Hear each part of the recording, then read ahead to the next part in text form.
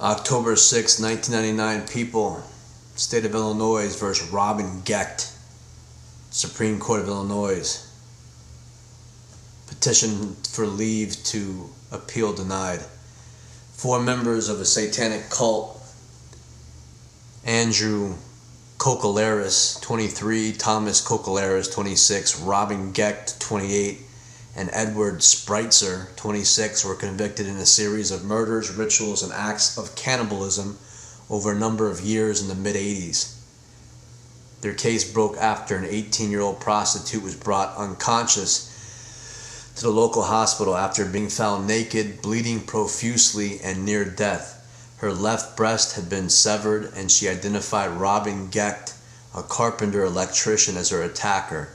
All the defendants' appeals are published decisions except for Robin Gecht's, which is reported as a table case. Overview. News articles report that Robin Gecht, 28, a carpenter electrician, was arrested on October 20th, 1982 in the vicious slashing of an 18-year-old prostitute, which proved to be the opening of a Pandora's box of depravity, sadism, Satan worship, and cannibalism that perhaps involved nearly a score of Chicago area women. Within a week of Gecht's release on bond for the attack of the prostitute, another woman claimed to have been attacked by him. Then he was rearrested. Following clues, the police had pulled a van over to the side of the road, which was driven by Edward Spreitzer, and had Andrew Kokolaris as a passenger, who told them the van belonged to Robin Gecht. The gruesome link between many of the slayings in which the remains were still identifiable was that the victim's breast had been mutilated or slashed off with a knife or piano wire. The 3 suspects then began implicating each other. The first inkling that the killings might have been part of a cult ritual came when former neighbor of Gecht in Villa Park told authorities that Gecht enjoyed reading books on torture practices of ancient cultures. He told me he was reading a book of how the ancients used to cut off breasts of women and save them for tobacco pouches. The police found 6 crosses, some black and some red, painted in the walls of a tiny attic room in a house once occupied by Robin Gecht. Thomas Kokolaris told investigators that the room had contained an altar made from a board covered with red cloth, where cult members cut up animal parts and sometimes human parts for sacrifice. All were found to have been legally sane at the time of the murders, but Gecht was said by behavioral experts to exhibit multiple personalities, perhaps as a ruse. For example, in their discussion with him, he wandered. His voice changed. He would speak as a small child, a teenager, or a businessman. The experts said it was probably a sham. Robin Gecht is ultimately convicted of the attack on the 18-year-old prostitute and is currently serving a sentence of 120 years. Authorities learned later that Gecht had worked twice for John Wayne Gacy, the well-known serial murderer of 33 boys, as a construction worker. C. Disappearances of young women formed a path into the darkest depths of the human psyche. Chicago Tribune, October 11th, 1987. And Trails End. Gruesome clues led to an altar in an attic. Chicago Tribune, October 12th, 1987. March 30th, 1987. Hamilton, Ontario, Family Court. Children declared wards of the court. Overview. A legal publication reports that 2 children, Janice, 7 years old, and Linda, 5 years old, were voluntarily placed in foster care by their mother, Sharon Wells, after she had a nervous breakdown. The children began disclosing information about their abuse and satanic rituals to their foster parent, after which the foster parent recorded the details in a 165-page journal. The children spoke of being lowered into coffins with rotting corpses, of being forced to eat flesh from freshly murdered children, and starring in child pornography. Disbelieving the young girl's stories, the police declined to thoroughly investigate their allegations.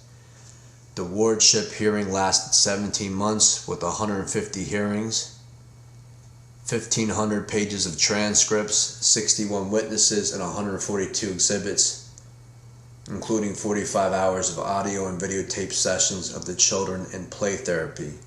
After 9 days detailing her traumatic life on the witness stand, the mother collapsed, screaming on the courtroom floor, and had to be taken away by ambulance. Family Court Judge Thomas Beckett summed up the horrific elements of the case in his ruling.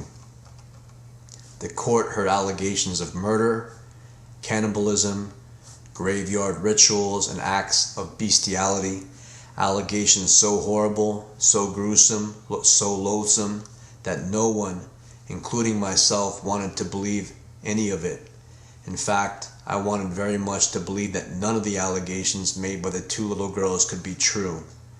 The descriptions of midnight graveyard scenes with dancing and singing people with masks, opening of graves and coffins, together with gross sexual acts, suggest cult activities. And why did the children speak of the number 666, the symbol used in the book of Revelations? To say they lied or that it was fantasy falls far short of explaining how such things could have been on their minds. The children gave graphic descriptions of the murder of children as well as adults, of dismemberment, of cutting flesh from bones. Judge Beckett ordered police protection for their mother after she alleged her former husband threatened to kill her, the judges, and the lawyers in the case. On March 30th, 1987, Judge Beckett ruled that the two girls were sexually abused and forced to eat feces by their parents. On March 30th, 1987, Judge Beckett ruled that the two girls were sexually abused and forced to eat feces by their parents and the mother's former boyfriend. He made the girls crown wards and also ordered the third child born to the mother during the hearing to be made a ward of the court as well. News articles report that in 2006, the mother, Sharon Wells, publicly asked her now two grown daughters to donate a kidney to her to save her life. April 13, 1991, Santa Ana, California, Superior Court of California, County of Orange. Civil suit for child abuse won against parent. News reports state a pair of anonymous sisters, Bonnie, 48, and Patty, 38, who said their parents worshipped Satan and forced them to perform incest, ritual abuse, and murderous deeds, won a lawsuit against their mother. The daughters told of human sacrifice and sexual abuse by a network of satanic cult members across Southern California who scared them into repressed silence for more than 30 years. They also accused their mother of sexually abusing her granddaughter, then 11 years old.